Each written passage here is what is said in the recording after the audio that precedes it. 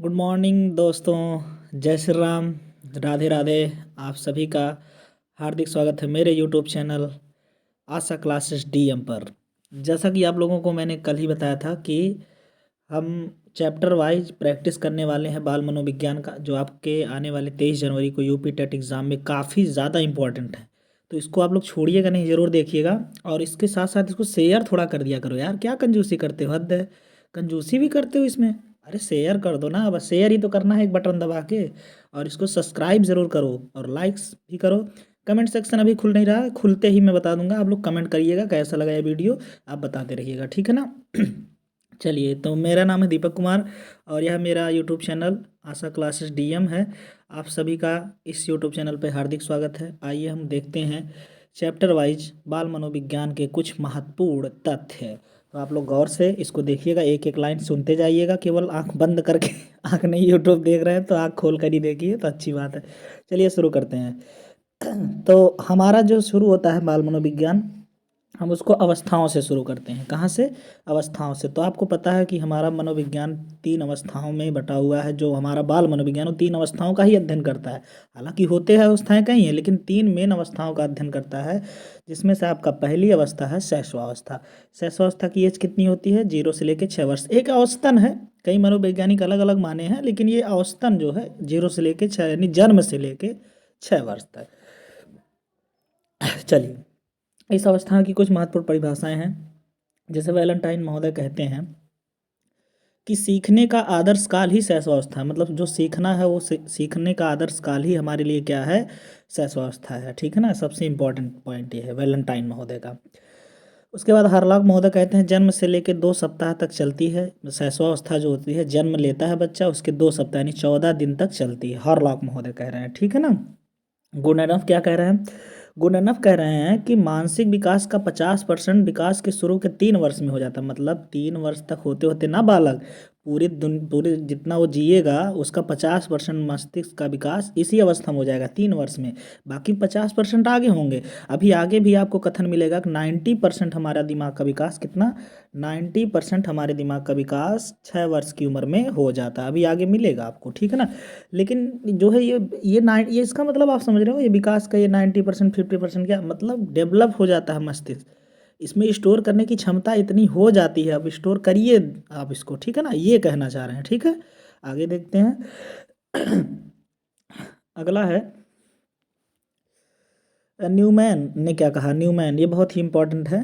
5 वर्ष तक की अवस्था 5 वर्ष तक की अवस्था शरीर व मस्तिष्क के लिए अत्यंत ग्रहणशील है। मतलब ये कहना क्या चाह रहे हैं कि 5 वर्ष तक की अवस्था जो होती है ना हमारी, वो अत्यंत ही ग्रहणशील है। मतलब वो चाहे शरीर के लिए चाहे मस्तिष्क के लिए हम बहुत ज़्यादा संवेदनशील होते हैं इस अवस्था में, यही ये कह रहे हैं, ठीक है। न्यूमैन ने। फ्रायड ने क्या कहा? फ्रायड का इंपॉर्टेंट है, थोड़ा फ्रायड का आप लोग ख्याल रखिएगा, क्योंकि फ्रायड का पूछ लेता है, बहुत बार पूछा है फ्रायड का। तो फ्रायड का ख्याल रखिएगा। बालक को जो कुछ बनना है वह जन्म के 4 से 5 वर्ष में ही बन जाता है। मतलब 4 से 5 वर्ष की अवस्था तक ही दिख जाता है। बनने का मतलब वो जॉब नहीं पा जाता, वह दिख जाता है 4-5 वर्ष की अवस्था में कि वह आगे भविष्य में क्या बनेगा। ये फ्रायड ने माना था, ठीक है ना। फ्रायड के बारे में हम पूरी जानकारी लेंगे अभी आगे, अभी तो इनका केवल परिभाषा देख लिए। अगला है क्रो एंड क्रो। कौआ एंड कौआ इनको हम कहते हैं। ये दोनों हस्बैंड वाइफ है, ठीक है ना। तो क्रो एंड क्रो कहते हैं 20वीं सदी का बात, जो 20वीं शताब्दी है। 20वीं शताब्दी मतलब 1900 से लेके 2000 की जो ईस्वी है, ठीक है ना। 2000 की, यह 20वीं शताब्दी है। तो 20वीं शताब्दी बालकों की शताब्दी को माना है किसने? क्रो एंड क्रो ने, ठीक है ना। आगे देखते हैं। इसका कुछ उपनाम भी है, इसका कुछ उपनाम हम देखते हैं। उपनाम का अर्थ क्या होता है? उपनाम का अर्थ होता है कि यह और किन नामों से जाना जाता है। तो चलिए देखते हैं किस किस नाम से ये जाना जाता है। ठीक है, आपको दिखेगा, ऐसा नहीं है।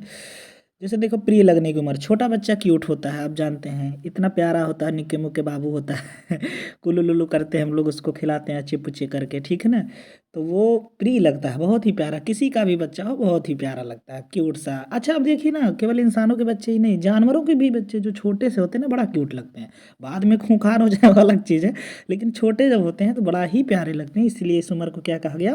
प्रिय लगने की उम्र कहा गया, ठीक है ना। बक्की अवस्था का अर्थ होता है बकना, मतलब बोलते रहते हैं बार बार। बार बार देखे होंगे, हमेशा बात करते रहते हैं, चिल्लाते रहते हैं तो अपने आप से बात करते रहते हैं, यही है बक की अवस्था, ठीक है ना।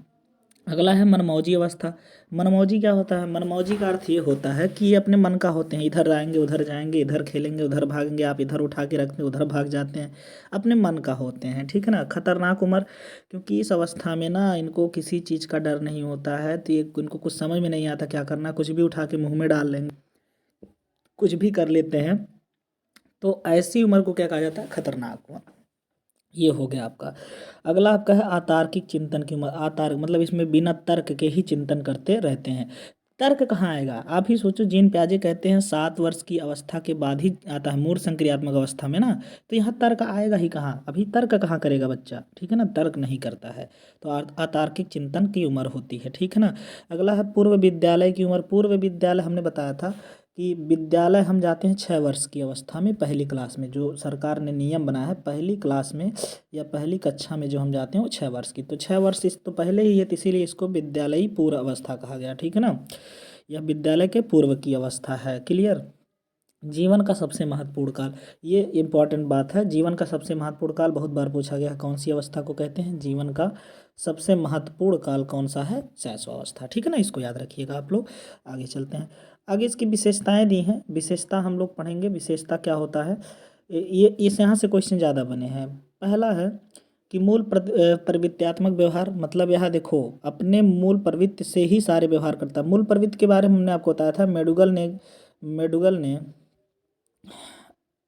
14 संवेगों को 14 मूल प्रवृत्तियों से जोड़कर अपनी रचना बनाई थी। अपना एक आउटलाइन ऑफ साइकोलॉजी पुस्तक में, इनकी पुस्तक का क्या नाम था? मेडुगल की पुस्तक का नाम था, मेडुगल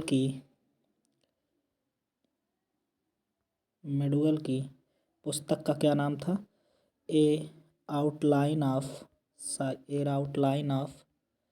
psychology, sorry, a outline of psychology. आप ख्याल रखिएगा, थोड़ा सा लिखने में यहाँ प्रॉब्लम हो रही, कोई बात नहीं। तो ए आउटलाइन ऑफ साइकोलॉजी ये था इनका पुस्तक, इसमें ही कहा था मूल प्रवृत्तियों से ही व्यवहार किया जाता है और बालक इसी अवस्था में मूल प्रवृत्तियों से अपने व्यवहार को प्रदर्शित करता है। अगला क्या है? नर्सिज्म। नर्सिज्म आप देखेंगे यूनान देश में एक कलाकार होता था, नर्सिस नाम था उसका, वो अपने शरीर से ही प्यार करता था, मतलब खुद से ही प्यार करना ही है नर्सिज्म, ठीक है ना। तो यहाँ जो नर्सिज्म है वो बालक के अंदर होता है, आत्म प्रेम जिसे आप कहते हैं, जिसे आप क्या कहते हैं? आत्म प्रेम, मतलब वो अपने से ही सब कुछ प्रेम करता है, अपने आप को ही सब कुछ समझता है, यही है नर्सिज्म, ठीक है। अनुकरण करना, अनुकरण मतलब किसी बात को दोहराना, बात को क्या करना? दोहराना। मम्मी पापा जो भी करते हैं उसको दोहराता है, जैसे देखे होंगे मम मम मम बोलेगा, पापा पापा बोलेगा, ठीक है ना। तो यह प्रक्रिया अनुकरण के माध्यम से बालक सीखता है। अगला है नैतिकता नहीं होती। नैतिकता नहीं होती है इनमें, देखिए ना। हाँ, लेकिन ये भी मत कहिएगा कि अनैतिक होता, ऐसा भी ना कहिएगा, ना ना, अनैतिक नहीं होता है।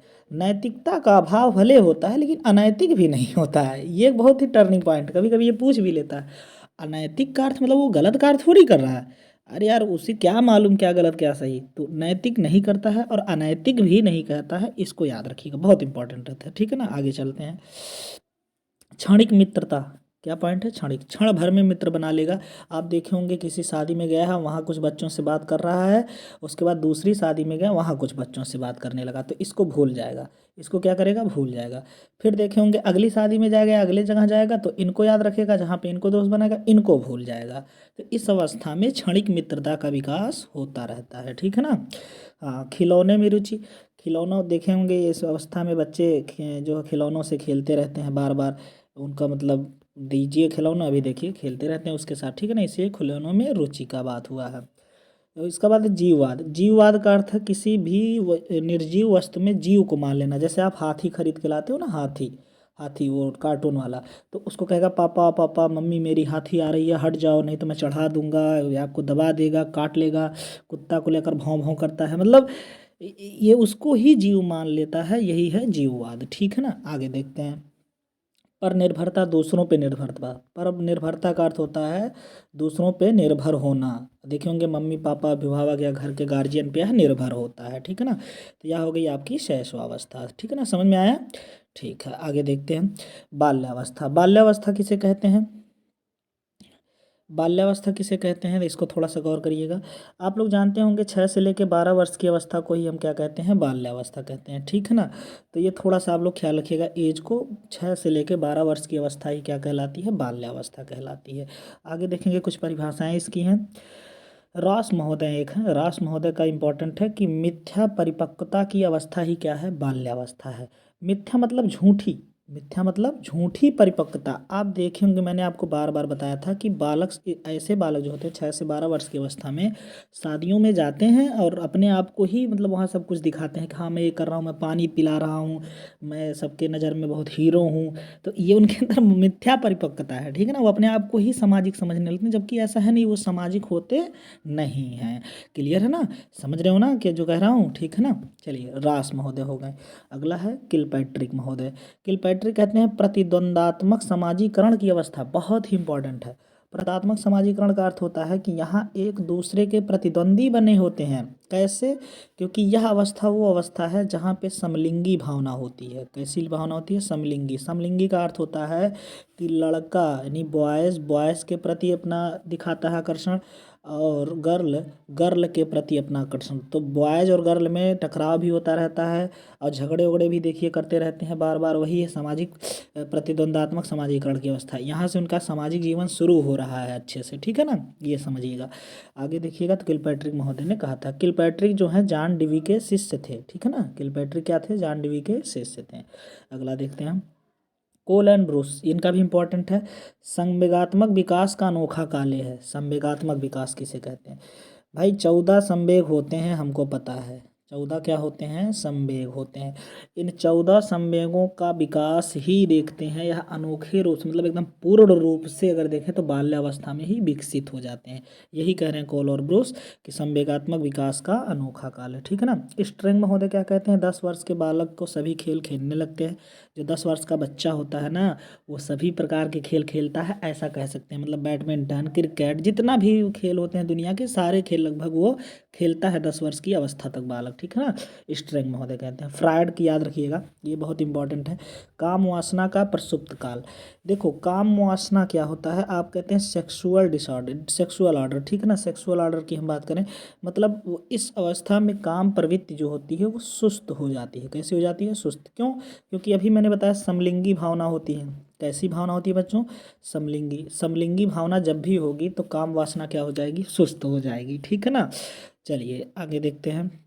ये कहा था फ्रायड। फ्रायड महोदय अधिकतर काम वासनाएं काम प्रवृत्ति पर ही बात किए हैं, क्योंकि इनका सिद्धांत ही था मनोलैंगिक सिद्धांत था विकास का, तो उसको हम पढ़ेंगे अभी आगे, ठीक है ना।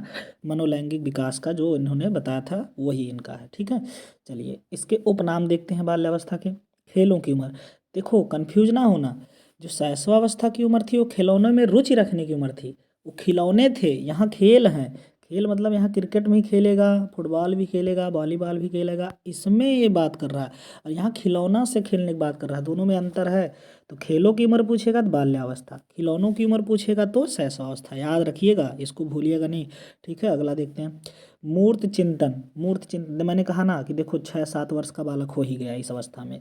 तो जीन प्याजे क्या कहते हैं? जीन प्याजे 7 से लेकर 11 वर्ष तक के बालक मूर्त चिंतन करना शुरू कर देता है या मूर्त चिंतन करता है ठीक है ना। तो यह बिल्कुल मूर्त चिंतन करेगा, आप जो सामने दिखाई देगा उस पर चिंतन करें।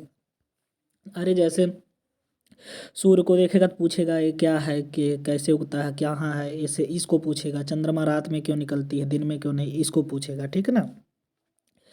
अगला देखेंगे, अगला है गंदी अवस्था। गंदी अवस्था का अर्थ ये है ना कि इस अवस्था में इतना ज़्यादा खेलता कूदता है बालक, इतना ज़्यादा कि बाहर जाएगा तो अपना पूरा कपड़ा गंदा करके, मतलब एक दिन में अगर इसको 5 कपड़े भी पहनाओ ना तो कम है, ठीक है ना।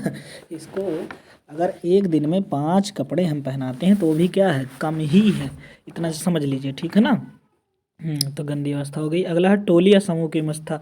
गैंगेज कहते हैं, गैंग इंग्लिश में से क्या कहते हैं? गैंगेज। ये गैंग बना के, झुंड बना के रहता है अपने मित्रों के साथ, देखे होंगे टोलियां में रहता है, ठीक है ना। अगला देखिएगा, प्राथमिक विद्यालय की उम्र। प्राथमिक विद्यालय में जाना आप शुरू करते हैं क्योंकि 6 वर्ष की उम्र में एक में एडमिशन हो जाता है, ठीक है ना। अगला है निरुद्देश भ्रमण कर, ये क्वेश्चन पूछा गया यूपी टेट में। निरुद्देश भ्रमण करने की उम्र किसे कहते हैं? बहुत लोग कन्फ्यूज हो जाते हैं कि किशोरावस्था मार देते हैं, लेकिन नहीं, बाल्यावस्था बाल्यावस्था, इसमें कोई उद्देश्य नहीं। किशोरावस्था में तो उद्देश्य लेकर भ्रमण करता है, किशोरावस्था में उद्देश्य लेकर भ्रमण करता है, लेकिन बाल्यावस्था में बिना उद्देश्य के घूमता है, ठीक है ना। तो ये समझ लीजिएगा। स्फूर्ति की उम्र, स्फूर्ति की उम्र क्या होती है कि मतलब यह बहुत ही फुर्तीला होता है। देखते हैं, अरे यार दिन भर खेलता रहता है, देखिए दिन भर खेलता रहता है, कपड़े गंदा करता रहता है, इधर उधर मतलब टिकता ही नहीं पैर।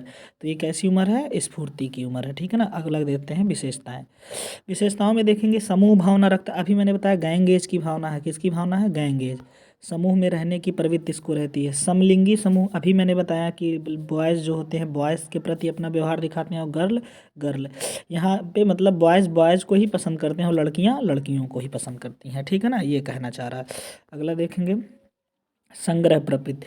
संग्रह प्रवृत्ति क्या है, संग्रह प्रवृत्ति, संग्रह प्रवृत्ति का अर्थ होता है कलेक्ट करना। क्या करना, कलेक्ट करना। गुल्लक खरीदे हो कि नहीं, गुल्लक, गुल्लक खरीदते थे ना, गुल्लक, हाँ बिल्कुल वही है। संग्रह करना, पैसा जुटाना, या छोटी छोटी वस्तुओं को, या गोली खेलते थे, गोली को कलेक्ट करना, फोटो वगैरह खेलते थे उसको कलेक्ट करना, या जब आप वो क्या खेलते थे, गोटियां खेलते थे, तब उसका भी कलेक्ट करना होता था। ये आप जान रहे होंगे, ठीक है ना। आप इस उम्र से आए हैं तो आपको पता ही होगा क्या क्या करते थे, ठीक है ना। जिज्ञासा प्रबल होती है, जानने की, अभी मैंने बताया सूर्य क्यों निकलता है, जानने की यह इच्छा जो होती है इसकी प्रबल होती है। सूर्य पूरब से ही क्यों निकलता है, क्यों रात में ही चांद निकलता है, इसकी बात कर रहा है, ठीक है ना। चलिएगा, रचनात्मक प्रवृत्ति, रचनात्मक प्रवृत्ति मतलब यहाँ पे देखेंगे क्रिएट करता है, घर बनाएगा, बनाता है कि नहीं, मिट्टियों के घर बनाता है। कभी कभी देखे होंगे माटी से ही सब कुछ बर्तन बना देगा, मिट्टी से ही क्या बना देता है, बर्तन बना देता है। और कभी कभी आपने देखा होगा मतलब वो कुछ मतलब अपने आप से ही रचना करने की प्रवृत्ति रखता है, कुछ ना कुछ करेगा ही, तोड़ फोड़ देगा उसको, खिलौने उसको भी क्या करेगा, तोड़ फोड़ के देखेगा कि कैसे क्या बनेगा, इसमें सब कुछ रचनात्मक ढंग इसमें विकसित होता है, ठीक है ना। ये पॉइंट यहाँ याद रखिएगा। आत्मनिर्भर हो जाता है, आत्मनिर्भर का अर्थ ये होता है कि अब यह सारे काम अपने मतलब अभिभावक के तहत नहीं करता, कुछ अपने हिसाब से भी करता है, या आत्मनिर्भर हो जाता है, ठीक है ना। ठीक है, आगे देखते हैं। तो ये हो गया बाल्यावस्था, समझ में आया ना। चलिए आगे देखते हैं किशोरावस्था। किशोरावस्था किसे कहते हैं, 12 से लेकर 18 वर्ष की अवस्था को ही किशोरा। ये किशोरावस्था जो होता है ना, अब यहाँ से असली शुरू हो जाता है जीवन को जीना, क्योंकि यहाँ से जो हो जाता है बालक सामाजिक जीवन में प्रवेश कर जाता है, ठीक है ना। तो इसको याद रखिएगा। चलिएगा, कुछ महत्वपूर्ण जो परिभाषाएं हैं उसको हम देख लेते हैं। रास महोदय, यहाँ भी रास महोदय क्या कहते हैं, शैशवावस्था की पुनरावृत्ति है ये बहुत ही इम्पोर्टेंट है। शैशवावस्था की पुनरावृत्ति क्यों है, क्योंकि देखो इस अवस्था में भी बालक का शारीरिक एवं मानसिक विकास होता है, ठीक है ना, शारीरिक एवं मानसिक विकास अच्छे से होता है। और तो और कि यह जो होता है शैशवावस्था की पुनरावृत्ति इसलिए कहलाता है क्योंकि इसमें भी जो बालक होते हैं वो क्या नाम होता है, अपने आप को प्रदर्शित करते हैं लोगों को समझ कि मैं ही अच्छा कर सकता हूँ, मैं कर सकता हूँ, ठीक है ना। तो यह पुनरावृत्ति को दर्शाता है। चलिए स्टैनली हॉल को देखेंगे। स्टैनली हॉल ने क्या कहा कि यह तनाव, तूफान, संघर्ष एवं झंझावत की अवस्था है। ये बहुत इंपॉर्टेंट है। स्टैनली हॉल, स्टैनली हॉल के बारे में एक बात मैं आपको बता दूं, इनको शिक्षा मनोविज्ञान का, एक मिनट, किशोर मनोविज्ञान का इन्हें क्या कहा जाता है, किशोर मनोविज्ञान का जनक, किशोर मनोविज्ञान का जनक।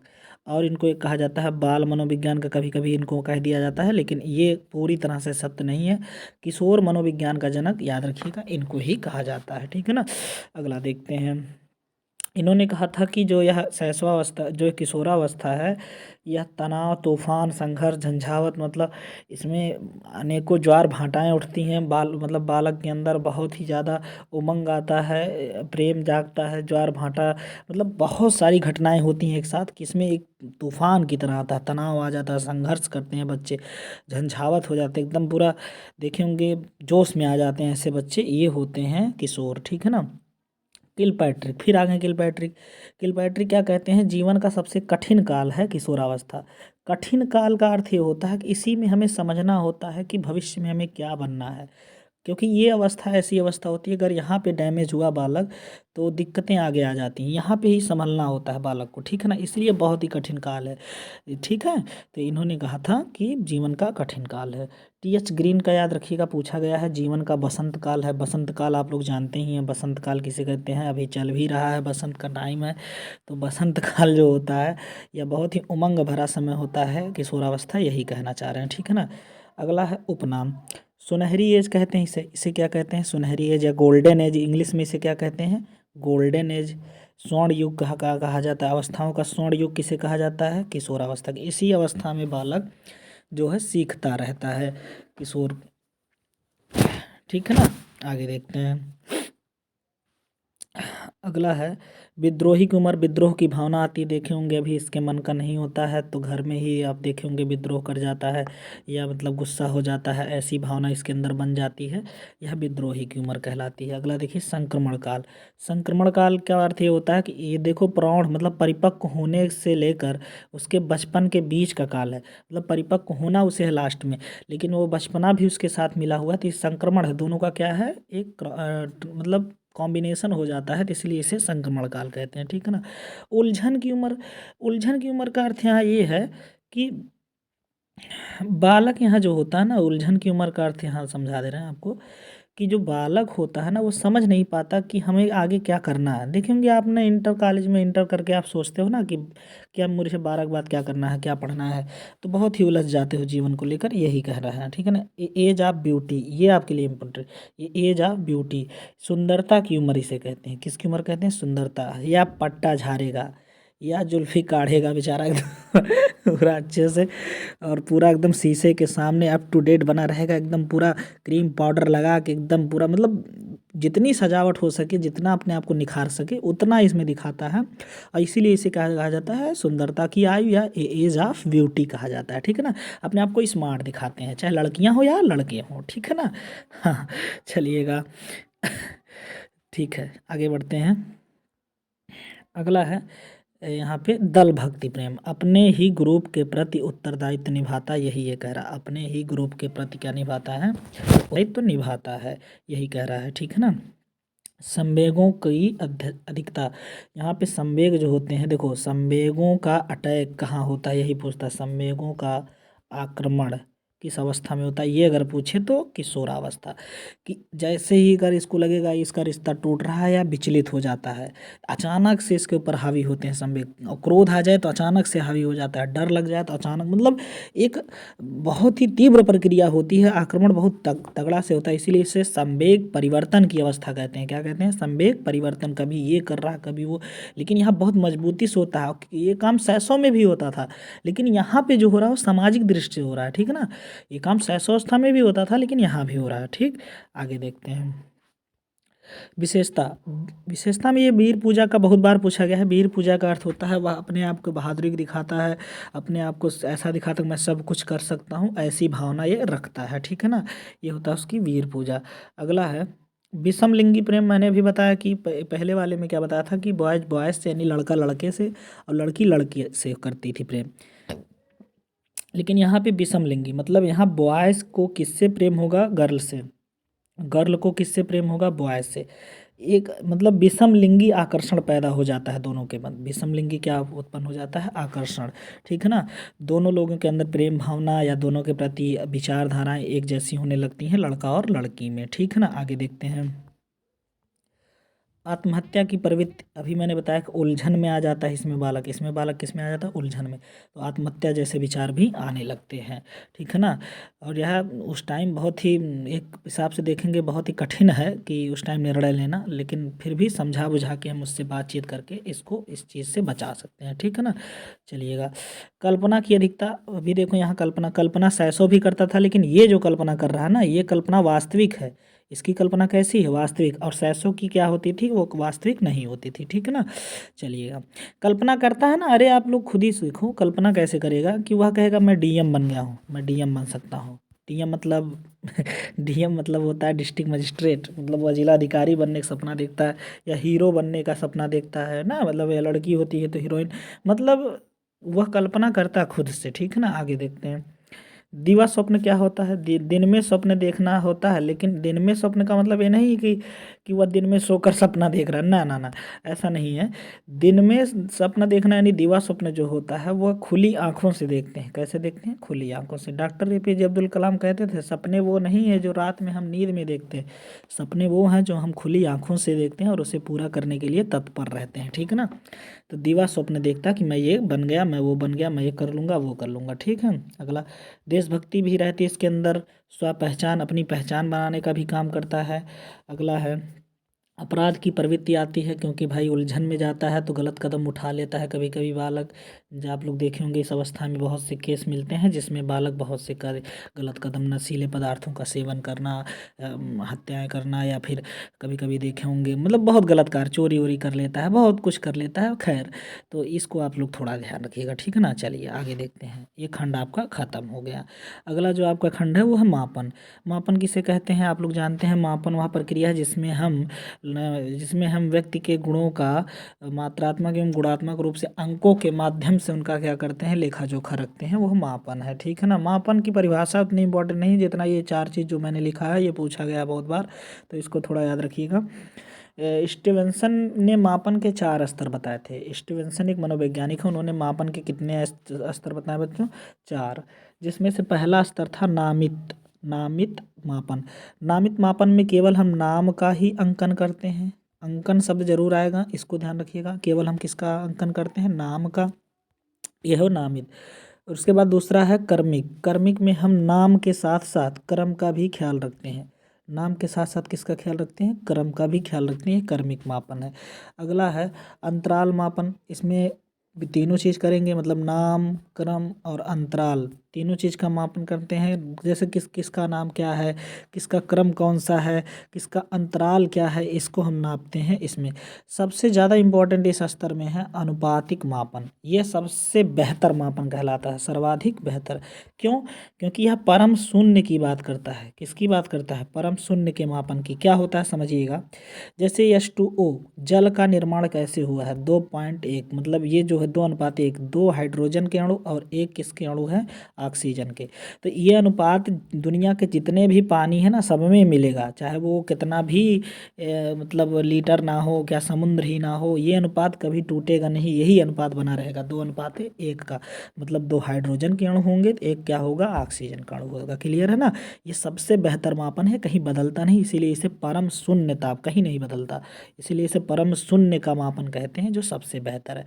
तो 4 स्तरों में सबसे बेहतर कौन है, 4 स्तरों में सबसे बेहतर है अनुपातिक मापन, ठीक है ना। और चारों का नाम याद करिएगा, नामिक, कर्मिक, अंतराल और अनुपातिक, याद रहेगा ना। ठीक, आगे देखते हैं। अब कुछ सिद्धांत हमें पढ़ने हैं, ये सिद्धांत आपके लिए बहुत क्वेश्चन यहाँ से पूछे जाते हैं, जो अधिगम के सिद्धांत हैं। अधिगम आप लोग जानते होंगे, शिक्षण, प्रशिक्षण और अनुभव। शिक्षण, प्रशिक्षण और अनुभव के माध्यम से व्यक्ति के व्यवहार में जो अस्थाई परिवर्तन आता है ना, वही अधिगम होता है, ठीक है ना। वही क्या होता है, अधिगम, मतलब व्यवहारों में जो अस्थाई परिवर्तन आ जाए वही क्या है, अधिगम है। तो यहाँ देखेंगे हम कि जो कुछ परिभाषाएं, जैसे कुछ नियम बनाए गए थे। पावलोव ने पहला नियम, में हम पावलोव को ही पढ़ा रहे हैं, हालांकि थॉर्नडाइक को पढ़ाना चाहिए, लेकिन कोई बात नहीं, पावलोव को पहले देख लेते हैं। पावलोव जो थे यह रूस के निवासी थे। कहाँ के थे, रूस के थे। इनका प्रयोग कहाँ पे, किस पे हुआ था, कुत्ता पे, कुत्ता के लार ग्रंथि, क्योंकि यह एक प्रकार से शरीर शास्त्री थे, या शरीर के अध्ययन करने वाले शास्त्र, शरीर के अंगों का अध्ययन करते थे। तो लार ग्रंथि पे अध्ययन किया था कुत्ते के, ठीक है ना। कुत्ते के लार ग्रंथि पे अध्ययन किसने किया था, पावलोव ने। और कब किया था, 1900 के ईस्वी में लगभग किया था, और जिसके लिए 1904 में इन्हें नोबेल पुरस्कार भी मिलता है, ये याद रखिएगा। कौन से ऐसे मनोवैज्ञानिक हैं जिनको नोबेल पुरस्कार मिला है अध्ययन के लिए, वो थे पावलोव। 1904 में, 1904 में इन्हें क्या मिला था, नोबेल पुरस्कार, ठीक है ना, पाचन ग्रंथियों पर अध्ययन करने के लिए। आगे देखते हैं, इनकी पुस्तक का क्या नाम है, कंडीशन रिफ्लेक्स, कंडीशन अनुबंधन। अनुबंधन शब्द इनसे जुड़ा हुआ है, तो थोड़ा ख्याल रखिएगा, ये बहुत बार आता है, ठीक है। आगे देखते हैं, इनका जो सिद्धांत था वो कई नामों से जाना जाता था। जैसे एक नाम था शास्त्रीय अनुबंधन सिद्धांत, जिसको आप क्लासिकल थ्योरी भी कहते हो, या क्लासिकल कंडीशनिंग थ्योरी भी कहते हो, तो ये याद रखिएगा, ठीक है ना। परंपरागत सिद्धांत भी इसे कहते हैं। इसे क्या कहते हैं भैया, परंपरागत सिद्धांत। इसे अनुकूलित अनुक्रिया का भी सिद्धांत कहते हैं। अनुकूलित मतलब जो यहाँ पे अनुक्रिया यानी रिस्पॉन्स हो रहा है ना, रिस्पॉन्स क्या हो रहा है, रिस्पॉन्स, इसको आर से दिखाते हैं। यह अनुकूलन की वजह से हो रहा है, किसकी वजह से हो रहा है, अनुकूलन, मतलब जैसा ढाला गया है उस वजह से यह क्रिया कर रहा है। अभी इनके सिद्धांत को हम पढ़ाते हैं, क्या बोले थे समझा देंगे। तो इसीलिए इसको एक और नाम दिया गया है आर टाइप का सिद्धांत। इनके सिद्धांत का और क्या नाम दिया गया है, देखिए यहाँ पे आर टाइप का सिद्धांत। आर फॉर क्या होता है भैया, रिस्पॉन्स। आर फॉर क्या होता है, रिस्पॉन्स। ठीक है, रिस्पॉन्स माने उत्तर देना या अनुक्रिया करना। ठीक है, चलिएगा अगला है संबंध अनुक्रिया। यहाँ पे भी बताया ना, अनुकूलन किया जाता है, मतलब एक साथ मिलाया जाता है, किसी से कोरिलेट करवाया जाता है, इनको मिलाया जाता है, तो संबंध अनुक्रिया करता है। ठीक, इनके सिद्धांत के महत्वपूर्ण बात जान लेते हैं हम लोग कि इन्होंने कुछ बातें कही थी, उसको थोड़ा गौर करिएगा, देख लीजिएगा यहाँ पे ये। हाँ ठीक है, अब देखिएगा इन्होंने जो प्रयोग किया था, वह प्रयोग इनका ये था कि एक कुत्ता लेते हैं, कुत्ते को बांध देते हैं और बांध कर उसके सामने भोजन की थाली लेकर आते हैं। अब भोजन की जो थाली ये लाते हैं ना, जो भोजन सर्वप्रथम ला के देते हैं, यूसीएस कहते हैं उसे। यूसीएस क्या होता है, इसको अगर इंग्लिश में कहें तो अनकंडीशनिंग अनकंडीशनिंग स्टिमुलस। अनकंडीशनिंग स्टिमुलस, अनकंडीशनिंग मतलब अनअनुबंधित, मतलब जो इसका अनुबंधन अभी नहीं हुआ, जो भी किसी से बाधा नहीं, केवल भोजन ही आ रहा है। स्टिमुलस मिस होता है उद्दीपक, क्या होता है, उद्दीपक। तो यूएससी को जब लेकर आते हैं भोजन, उसको हम क्या कहते हैं, भोजन। याद रखिएगा, पूछा गया यूएससी क्या है, ये क्या है, वो क्या है, ये पूछता है।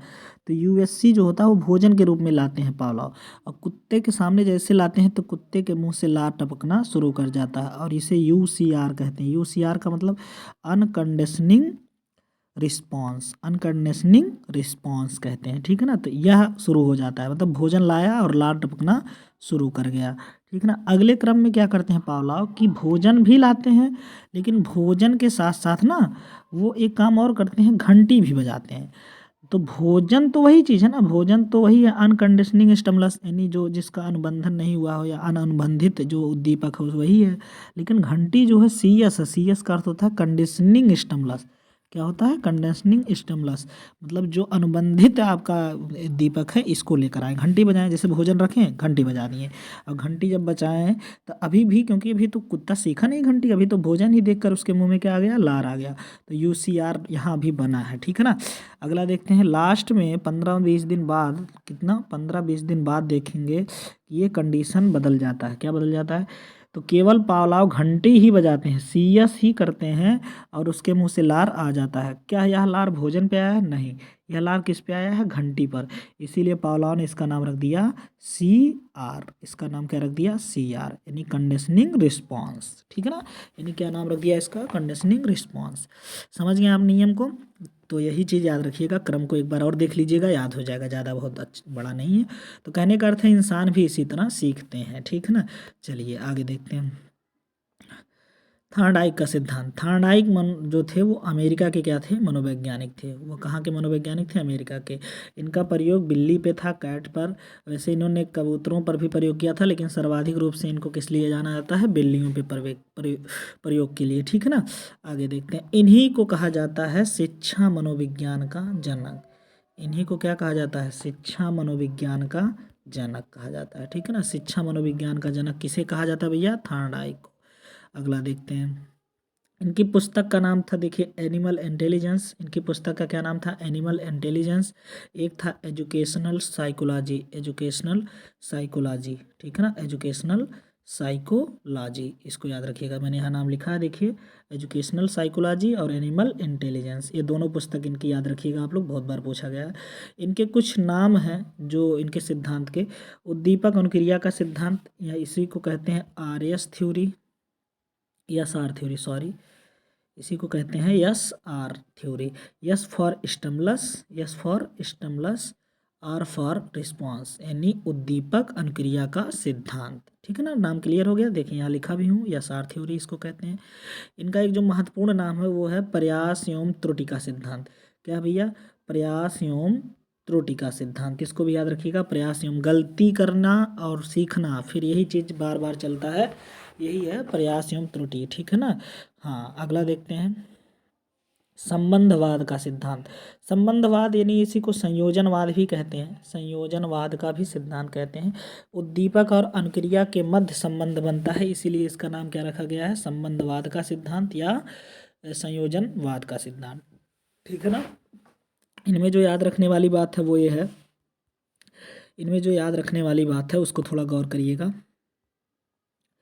इनके 3 मुख्य नियम हैं। 3 क्या है भैया? मेन नियम हैं, जिनको आप तत्परता का नियम कहते हो, अभ्यास का नियम कहते हो, और आप क्या कहते हो? प्रभाव का नियम। और आप क्या कहते हो? प्रभाव का नियम।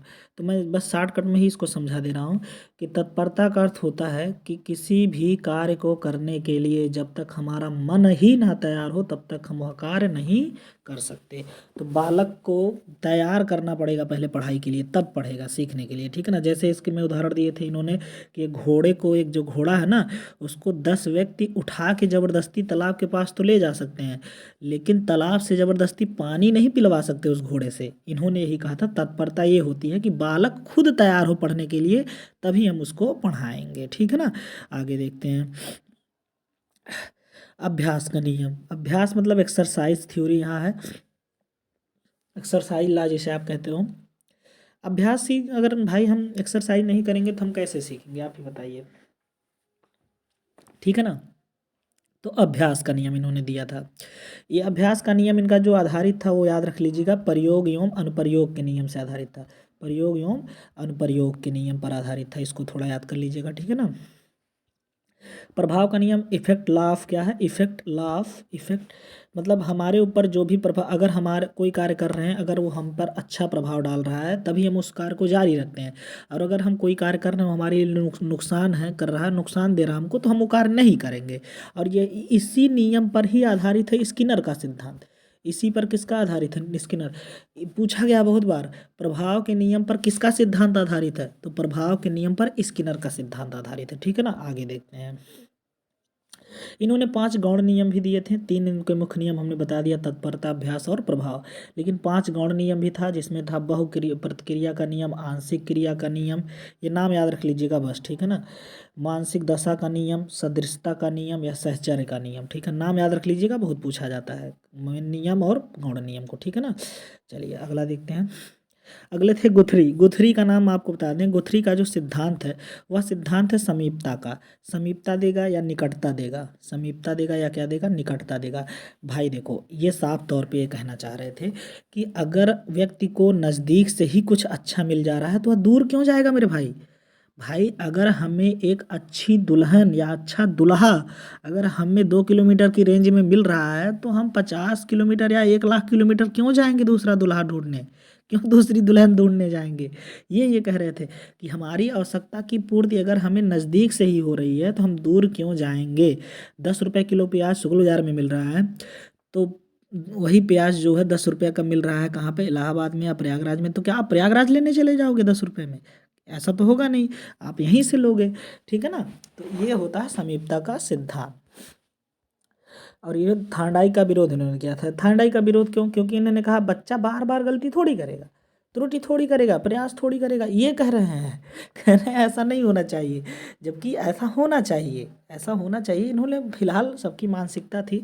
गुथरी का सिद्धांत यही कहता, थांडाई यार बार बार थोड़ी बच्चा है। अब यार किसी घर में आग लगी हो, ये कह रहे हैं किसी घर में आग लगी हो, अब वहाँ पानी डाल के बुताना है तो वहाँ भैया, तो क्या बार बार वहाँ पे सबको सिखाए बाबू पानी डालना है, बाबू पानी डालना है? अरे ऐसे सिखाने में टाइम लगेगा ना, तो वहाँ गलती नहीं, वहाँ डालना ही पड़ेगा पानी ले जाकर, तो वहाँ तुरंत ही सीख जाता है, मतलब तुरंत सीख जाता है, नज़दीक सीख जाता है, ठीक है ना। अगला देखते हैं, इनकी पुस्तक का नाम था कैट्स इन पजल बॉक्स। कैट्स इन पजल बॉक्स, बिल्ली पजल बॉक्स। देखो ये थोड़ा सा आप आएगा तो आप लोग स्किनर वो थांडाई मार दोगे तुरंत, तुरंत किसको मारोगे? थांडाई को। नहीं नहीं, थांडाई को मत मारना, गुथरी की पुस्तक है कैट्स इन पजल बॉक्स, ठीक है ना। चलिए टॉलमैन को देख लेते हैं, टॉलमैन का सिद्धांत क्या कहता है। टॉलमैन के सिद्धांत का नाम है चिन्ह सिद्धांत या अव्यक्त, ये नाम बहुत पूछा गया, अव्यक्त का सिद्धांत या स्थान अधिगम का सिद्धांत कहते हैं, या इसी को कहते हैं उद्दीपक उद्दीपक अधिगम, यस यस थ्योरी। इसी का नाम क्या है? Yes yes theory. नाम याद रखिएगा बस, थोड़ा सा बता देता हूँ, चिन्ह के माध्यम से ही हम अधिगम करते हैं, ऐसा इनका मानना है कि मतलब हम खड़े हैं अगर वहाँ पे ट्रैफिक में तो हम लाल सिग्नल देखते हैं या ऐसे, मतलब हम चिन्हों के माध्यम से ये अध्ययन करते हैं, हाँ हमें ये करना है या नहीं करना। ये अव्यक्त है, मतलब व्यक्त नहीं किया जा सकता, इसे केवल देखकर परखा जा सकता है, ठीक है ना। तो इनकी पुस्तक का नाम याद रखिएगा, इनकी पुस्तक का नाम है cognitive map in rats and man. Cognitive map in rats and man, चूहे और आदमी में। कॉग्निटिव मतलब होता है संज्ञानात्मक चित्र, मैप का अर्थ होता है चित्र या परिदृश्य, ठीक है ना। चलिए आगे आते हैं, हल का सिद्धांत। अगला किसका सिद्धांत था? हल का। हल ने पुनर्बलन पर सर्वाधिक बल दिया था, इसको याद रखिएगा। पुनर्बलन का सिद्धांत किस सिद्धांत को कहते हैं? हल के सिद्धांत। पुनर्बलन पे चर्चा स्किनर ने जरूर किया था, स्किनर ने दबाव डाला था पुनर्बलन पे, लेकिन पुनर्बलन का सिद्धांत किसने दिया था? हल ने। और स्किनर ने खुद कहा था कि हल का जो सिद्धांत हो सबसे बेहतरीन है। हल का सिद्धांत क्या है? सबसे बेहतरीन है, ये स्किनर महोदय स्वयं कहते हैं, ठीक है ना। तो चलिए, प्रणोद न्यूनता का सिद्धांत। प्रणोद का अर्थ क्या होता है? ड्राइवर। इंग्लिश में क्या कहते हैं इसे? ड्राइवर, यानी चालक। प्रणोद का अर्थ क्या होता है? चालक। तो यहाँ पे जो इन्होंने बताया है कि वह बताया है कि जो बालक होता है ना, वह पुनर्बलन या अपने मतलब जो भी उसे आसपास से जो भी उसे बल मिलता है उस हिसाब से अधिगम करता है, ठीक है ना।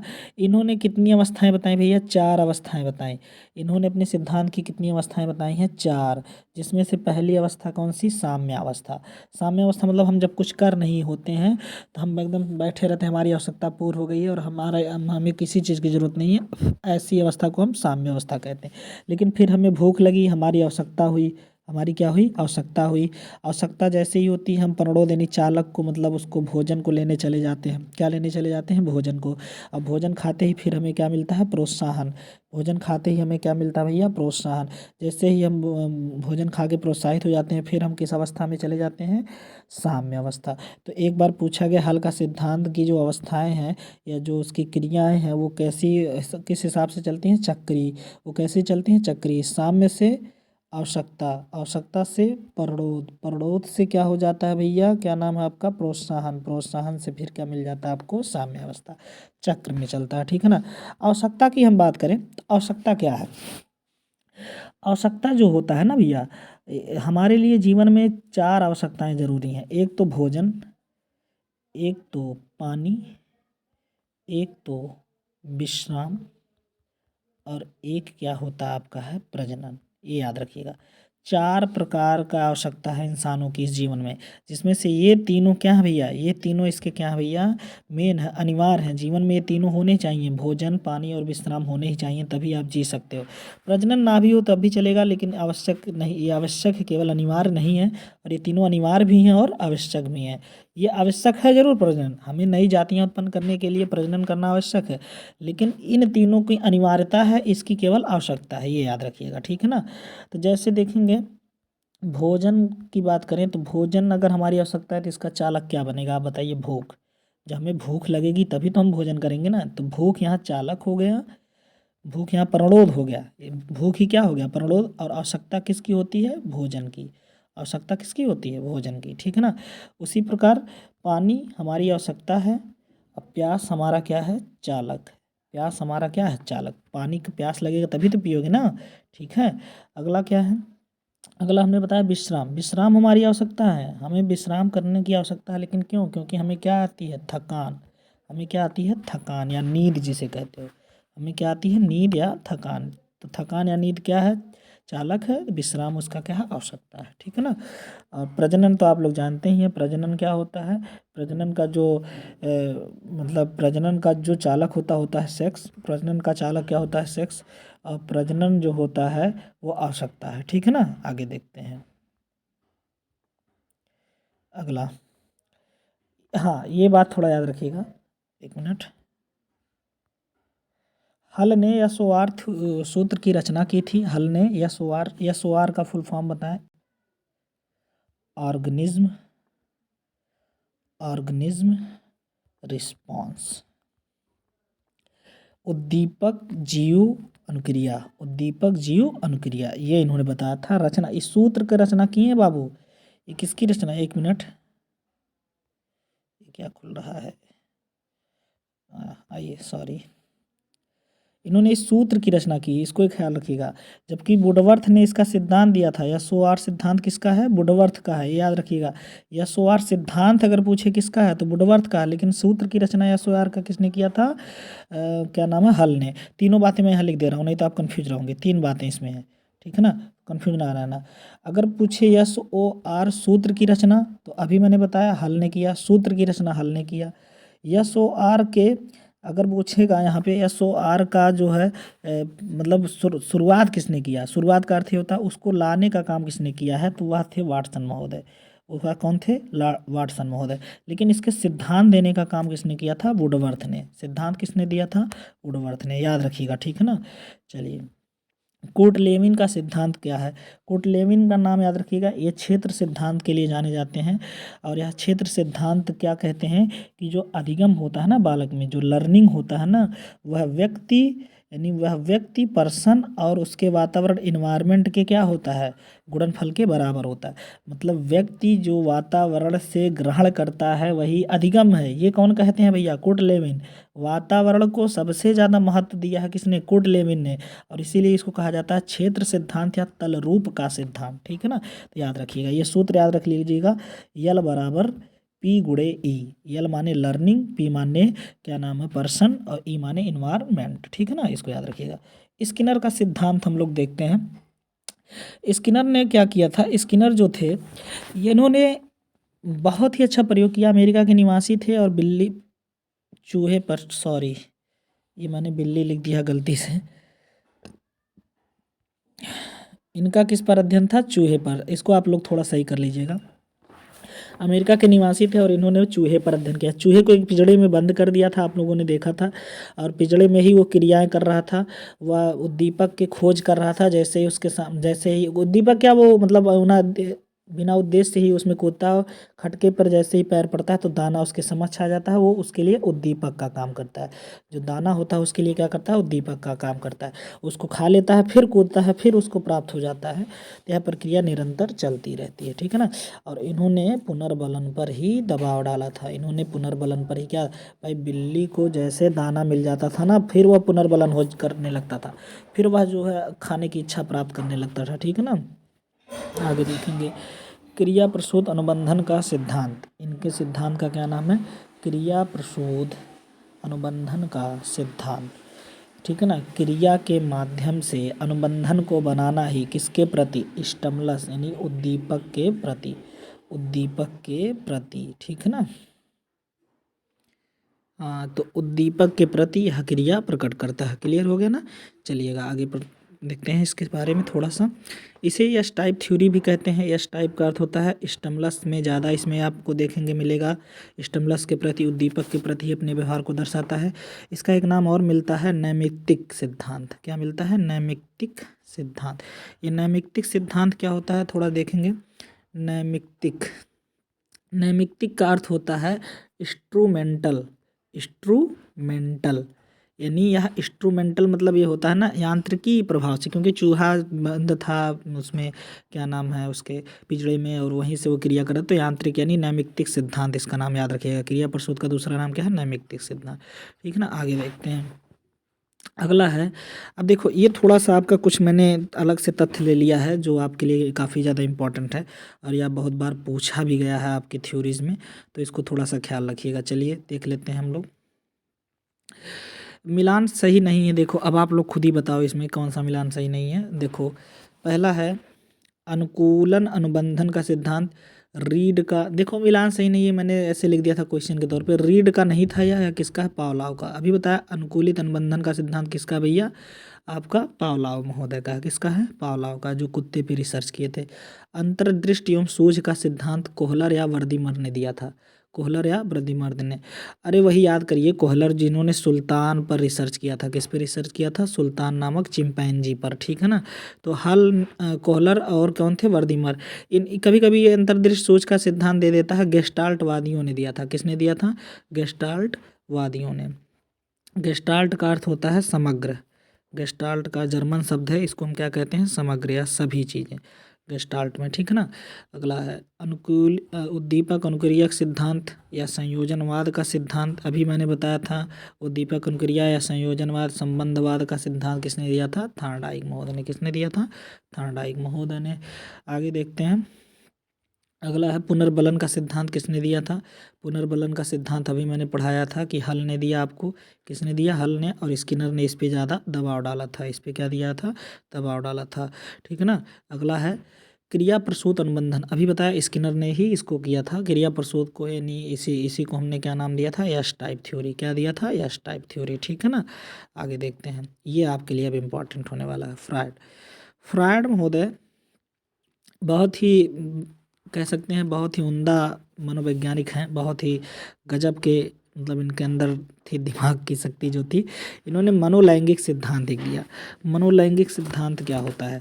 मनोलैंगिक का अर्थ होता है कि बालक किस अवस्था में अपने काम प्रवृत्ति को कैसा प्रदर्शित करता है, अपने काम प्रवृत्ति यानी सेक्सुअल ऑर्डर को किस प्रकार से प्रवर्तित करता है, यह इन्होंने बताया था। तो इसके लिए उन्होंने 5 अवस्थाएं बताई। पांचों का क्रम और आयु जरूर याद रखना, बार बार पूछा जाता है, ठीक है ना। तो फ्रायड ने पहली अवस्था बताई थी मुखी अवस्था। कैसी अवस्था बताई थी? मुखी अवस्था, जो जन्म से 1 वर्ष होती है। मुखी अवस्था कितने से होती है भैया? जन्म से लेकर 1 वर्ष। क्या करता है बालक इसमें? मुख के माध्यम से अपने सेक्सुअल आर्डर को दिखाता है। मुख के माध्यम से कैसे? आप देखे होंगे 1 साल तक के बालक जो होते हैं अपने अंगूठे को डालेंगे मुंह में, अपने अंगूठे को क्या करेंगे? मुंह में डालेंगे, ठीक है ना भाई। देखे होंगे ना, वो चूसते रहते हैं अपने अंगूठे को। यह एक प्रकार की उनकी काम प्रवृत्ति है। आगे देखते हैं गुदी अवस्था, इसे गुदा अवस्था मैंने लिखा। गुदी अवस्था 1 से लेकर 3 वर्ष तक।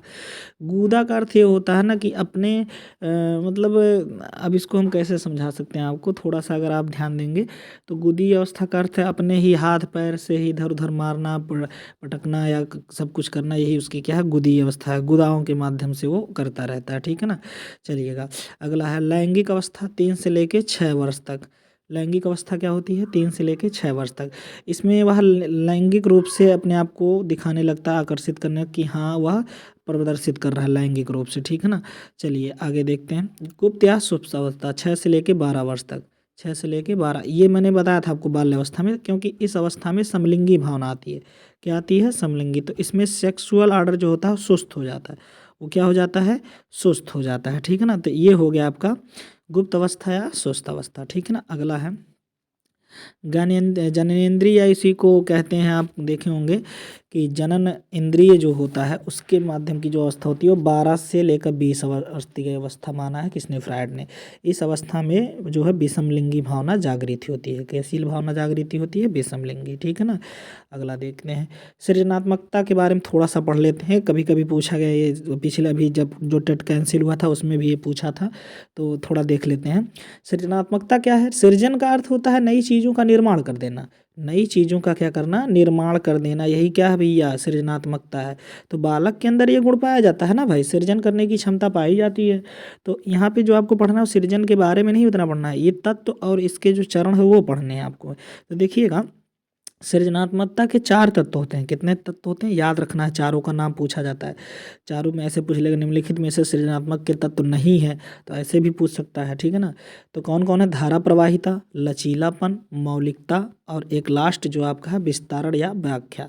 तो मैं यहाँ लिख देता हूँ एक बार, धारा प्रवाहिता और है लचीलापन, लचीलापन और है मौलिकता। कौन है भैया? मौलिकता और है व्याख्या। ये चारों नाम याद रखिएगा, नाम यही है तत्व, यही इसके क्या है भैया? तत्व हैं, ठीक है ना। अगला देखते हैं ग्राहम वाल्स ने सृजनात्मकता के 4 चरण बताए थे। ग्राहम वाल्स का नाम याद रखिएगा, इन्होंने सृजनात्मकता के 4 चरण बताए थे। ये पूछा गया था पिछली परीक्षा में। आयोजन करते हैं, पहले सृजन के लिए हमें क्या करना पड़ता है? आयोजन या तैयारी। पहले क्या करते हैं? तैयारी। तैयारी के बाद उस पर विचार करते हैं। उद्भवन, उद्भवन का मतलब सोचते हैं, एकदम सुस्त पड़ जाते हैं, दिमागी रूप से सोचने लगते हैं।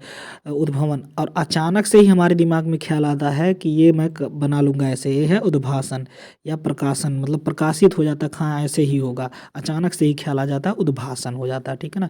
और जब अचानक से ख्याल हो जाता है तो हम उसका क्या करते हैं? सत्यापन या मूल्यांकन कर देते हैं, हम उसको बना देते हैं। जैसे फैराडे का नाम अगर आपने सुना होगा, जब वो जनरेटर बना रहे थे ना तो उनका आयोजन किए, उसका बहुत प्रयास किए, नहीं हो रहा था, तो वो सोच रहे थे, सोच रहे थे, सुस्त अवस्था में थे, और अचानक से उन्होंने चुंबक उठा के फेंक दिया मशीन में और वह काम करना शुरू कर दिया। यह था उद्भासन। और उसके बाद उसने प्रमाणित किया, सत्यापित किया और वह मूल्यांकित कर दिए, ठीक है ना। यही है सृजनात्मकता। क्लियर हो गया? क्लियर हो रहा है कि नहीं बच्चों? सही सही बताइए। देखिए अगर आपको समझ में आ रहा हो तो बताइएगा, नहीं भी समझ में आ रहा होगा तो भी बताइएगा, ठीक है ना। टॉरेंस ने सृजनात्मक बालकों के 84 गुण बताए थे, ये याद रखिएगा, पूछा गया है। टॉरेंस ने सृजनात्मक बालक के कितने गुण बताए हैं? 84 गुण, ठीक है ना। चलिए ये पॉइंट आप थोड़ा सा देख लीजिएगा, लास्ट में है, लास्ट का है, थोड़ा सा देख लीजिएगा। इसको थोड़ा ऊपर कैसे करूँ? चलिए ऐसे ही देख लीजिएगा, मैं समझा दे रहा हूँ ऊपर से ही, ऊपर नहीं आ रहा है, कोई बात नहीं, देखते हैं। पूछा मनोविज्ञान। मनोविज्ञान क्या होता है? मनोविज्ञान का अर्थ होता है मन का विज्ञान, ठीक है ना, मन का विज्ञान। साइकोधन लॉजस शब्द से बना है, किससे बना है? साइकोधन लॉजस शब्द, लॉजस का अर्थ होता है जानकारी लेना, साइको का अर्थ होता है मस्तिष्क की, इसकी मस्तिष्क की जानकारी लेना। तो देखो मैं साफ साफ यहाँ बता दे रहा हूँ कि जब साइकोलॉजी बना तो उसको पहले हम आत्मा का विज्ञान कहते थे, और इसके जन्मदाता कौन थे? अरस्तु। इसके जन्मदाता कौन थे? अरस्तु। फिर यह इसको 16वीं शताब्दी में क्या कहा जाने लगा? मन का विज्ञान। और इसके जन्मदाता थे पंपोलॉजी। कौन थे भैया? पंपोलॉजी इसके जन्मदाता थे। तो पहले आत्मा का विज्ञान शुरू हुआ तो अरस्तु ने शुरू किया, मन का विज्ञान जब बना तो पंपोलॉजी ने शुरू किया। पंपोलॉजी ने क्या किया भैया? शुरू किया। और उसके बाद यह बना चेतना का विज्ञान। क्या बना भैया? चेतना का विज्ञान। चेतना का विज्ञान का नाम किसने रखा था? विलियम वुंट ने। विलियम वुंट ने। विलियम वुंट का नाम याद आता है। विलियम वुंट वही मनोवैज्ञानिक हैं, मैंने आपको बताया था, जिन्होंने 1879 ईस्वी में 1879 ईस्वी में शिक्षा मनोविज्ञान की पहली प्रयोगशाला क्या की थी? स्थापित की थी। पहली प्रयोगशाला क्या की थी? स्थापित की थी। इसको याद रखिएगा, ठीक है ना। विलियम वुंट, जिनको आप संरचनावाद के जनक भी कहते हैं। क्लियर हो रहा है ना भाई? हाँ, चलिए आगे देखते हैं। तो पहले मनोविज्ञान आत्मा बना, आत्मा से क्या बना? मन बना, मन से क्या बना भैया? चेतना बनी, चेतना बनी। आत्मा अरस्तु ने कहा, मन पंपोलॉजी ने, चेतना किसने कहा? वुंट ने। और लास्ट में आज मनोविज्ञान क्या बनकर बैठा है? व्यवहार का विज्ञान। क्या बनकर बैठा है? व्यवहार। और इसके जन्मदाता कौन है भैया? वाटसन। व्यवहारवाद के जनक कौन है? वाटसन। याद रखिएगा, आज मनोविज्ञान किस अवस्था में है? व्यवहारवाद के रूप में, ठीक है ना। वुडवर्थ का कथन याद रखिएगा, इसी को लेकर है। वुडवर्थ ने कहा कि पहले मनोविज्ञान ने अपनी आत्मा त्यागी, अपनी आत्मा त्यागी, अपना फिर मन त्यागा, फिर अपनी चेतना त्यागी, और बाद में वह व्यवहार के रूप में जाने जाने लगा। वह किस रूप में जाने जाने लगा भैया? व्यवहार के रूप में। ये था वुडवर्थ का क्या नाम है? परिभाषा। चलिए अगला लास्ट आपको हम बता देते हैं सिगमंड फ्रॉइड के मनोविश्लेषणात्मक सिद्धांत के बारे में। मनोविश्लेषणात्मक सिद्धांत आप याद रखिएगा, बहुत बार पूछा गया है। तो मनोविश्लेषणात्मक सिद्धांत में सिगमंड फ्रॉइड ने क्या कहा कि जो बालक होता है, जो व्यक्ति होता है, उसके अंदर 3 प्रकार के मन पाए जाते हैं। कितने प्रकार के? 3। अचेतन मन, चेतन मन, और कैसा पाया जाता है भैया? अर्धचेतन मन। क्या पाया जाता है? अर्धचेतन मन। चलिएगा, ठीक है ना। तो अगर हम देखेंगे यहाँ पे, तो यहाँ पे जो इन्होंने बताया, एक मिनट, हाँ, चेतन मन 90% होता है, वो अचेतन मन कितना होता है? 90% होता है। और चेतन मन कितना होता है? 10% होता है। बाकी 0% क्या होता है भैया? आपका अर्धचेतन मन होता है, ठीक है ना। इन्होंने 3 प्रकार के व्यक्तित्व की बात की थी। एक कहा था इदम, एक क्या कहा था? अहम, एक कहा था इदम, एक कहा था अहम, एक कहा था परा अहम। क्या कहा था भैया? पराहम। इदम जो होता है हमारा राजसी व्यवहार होता है, जिसमें हम सुख एवं आनंद पाने की कोशिश करते हैं, जिसको अचेतन मन ही इस पे हावी होता है ज़्यादातर। अहम का अर्थ होता है जिसमें हम परिचित होते हैं अपने वास्तविकता से, खुद को प्रदर्शित करते हैं, ये हमारा क्या होता है? अहम होता है। पराहम क्या होता है? जिसमें हम अपने नैतिक सिद्धांतों पर चलते हैं, जिसमें हम अपने किस पे चलते हैं भैया? नैतिक सिद्धांतों पर चलते हैं। तो यह इनका नियम था, यह नियम आप याद रखिएगा। सिगमंड फ्रॉइड के बारे में आप लोग जरूर, इतना आपको मिल जाएगा, ठीक है ना। बाकी आप लोग देखिए, थोड़ा इतना तो पढ़ ही लिए होंगे। ये तो मैंने केवल एक आपको रिपीट कराने के लिए वीडियो बना दिया कि आप थोड़ा सा बस एक बार रिपीट हो जाए आपको कुछ चीज़ें जो भूल रहे हैं, ठीक है ना। तो अभी एक वीडियो और मैं सोच रहा हूँ कल बनाऊँगा, जो अभी कुछ चीज़ें बची हैं, जैसे अधिगम स्थानांतरण है, जीन प्याजे हैं, वाइगोस्की हैं, तो ये सब का थोड़ा थोड़ा चीज़ लेकर गैने महोदय हैं, तो थोड़ा थोड़ा लेकर इनको मैं एक वीडियो और बना दूंगा 1 घंटे के लिए, ठीक है ना। तो काफ़ी हो जाएगा आपके लिए। थोड़ा मतलब इतना तो है, आप कर लोगे ही कुछ ना कुछ, ठीक है ना। वहाँ पे जाकर अच्छा परफॉर्म करोगे, मुझे पता है, इतना तो पढ़ाया हुई हूँ आपको। चलिएगा, तो ये आपका रहा आज का इतना प्रैक्टिस सेशन। ये आपको 1 घंटे की वीडियो मिलेगी लगभग, देख लीजिएगा ज़रूर, आपके ही काम आएगा, क्योंकि मैंने कुछ सोचकर ही इसको बनाया है, कुछ समझकर ही इसको बनाया है। तो आप लोग, जहाँ तक मेरा अनुभव है, मैंने उसको डाला इसमें, ठीक है ना। तो कुछ ना कुछ तो काम आ ही जाएगा आपके लिए। खैर, तो कैसा लगा आपको मेरा वीडियो?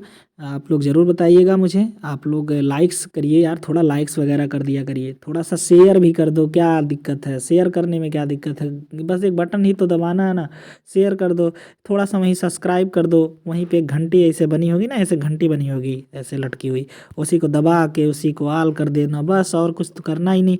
मतलब इसमें भी क्या कंजूसी है कि शेयर करने में दिक्कत हो रहा है, हद है। आप लोग शेयर कर दीजिए, सब्सक्राइब कर दीजिए प्लीज़ मेरे भाई, शेयर सब्सक्राइब, और अच्छी अच्छी वीडियो लेकर आऊँगा आपको। 23 जनवरी के बाद मैं चैप्टर वाइज पढ़ाऊँगा, ठीक है ना। चैप्टर वाइज आपको मनोविज्ञान के सारे सेशन मिल जाएंगे।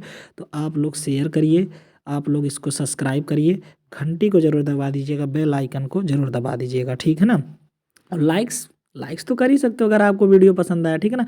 कमेंट्स बॉक्स जैसे ही खुलेगा मैं कमेंट्स बॉक्स में आपको सूचना दे दूंगा, आप लोग जल्द से जल्द प्राप्त कर लेंगे। और कोई चीज़ आपकी डिमांड हो तो आप लोग मेरा जो नंबर है आप लोग उस पर मैसेज कर सकते हो कि हाँ सर ये प्रॉब्लम आ रही है, 88 53 86 72 55। आप लोग इस नंबर पे मुझे संपर्क कर सकते हो, 88 53 86 72 55 पे, ठीक है ना। 8853867255। धन्यवाद। कैसा लगा आपको ये क्लास ज़रूर बताइएगा। और मेरा चैनल है आशा क्लासेस DM, आप सभी ज़रूर सब्सक्राइब करिए। धन्यवाद। जय श्री राम।